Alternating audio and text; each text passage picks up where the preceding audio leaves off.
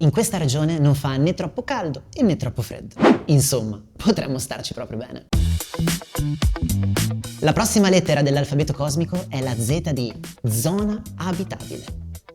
La zona abitabile di una stella è la regione intorno ad essa dove eventuali pianeti in orbita potrebbero essere in grado di ospitare forme di vita. Chiaramente, finora, conosciamo solo la vita sulla Terra, che ha bisogno di una serie di condizioni particolari per fiorire.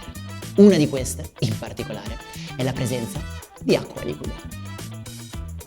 Per questo, la zona abitabile è definita come la regione intorno a una stella all'interno della quale eventuali pianeti potrebbero mantenere l'acqua liquida sulla loro superficie. Nel Sistema Solare, per esempio, questa zona comprende le orbite di Venere, la Terra e Marte. Ma attenzione, non significa che questi pianeti ospitino o possano ospitare forme di vita adesso. Venere è certamente inospitale, con la sua densa atmosfera ricca di componenti tossici, e Marte, non si sa, ma per ora non si è scoperto ancora nulla. La loro posizione significa però che potrebbero avere avuto le condizioni giuste in passato magari. La posizione della zona abitabile dipende da quanto è grande e luminosa una stella. Le stelle più diffuse nella nostra galassia, per esempio, sono le nane rosse, molto più piccole e fredde del Sole.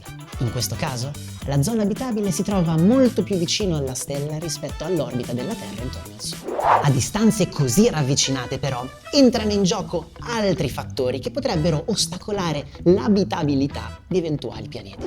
Per esempio, le intense forze mareali che riscalderebbero troppo il pianeta, oppure i brillamenti stellari, molto più frequenti per le nane rosse che per il Sole. Per calcolare i limiti della zona di abitabilità serve anche studiare la pressione atmosferica, la gravità superficiale e molti altri parametri, costruendo un modello climatico dei pianeti. Inoltre, l'esistenza di acqua liquida nella definizione di zona abitabile si riferisce tecnicamente alla superficie del pianeta. Sappiamo tuttavia che l'acqua può esistere allo stato liquido anche sotto la superficie di alcuni corpi celesti. Per esempio, negli oceani sotterranei di Encelado e di Europa, due lune ghiacciate rispettivamente di Saturno e di Giove, che infatti si trovano ben oltre il limite tradizionale della zona abitabile attorno al Sole. Saranno davvero abitabili? La missione Europa Clipper ci aiuterà a scoprirlo. In caso affermativo, nell'universo, potrebbero esistere molti più mondi abitabili di quanto pensiamo oggi.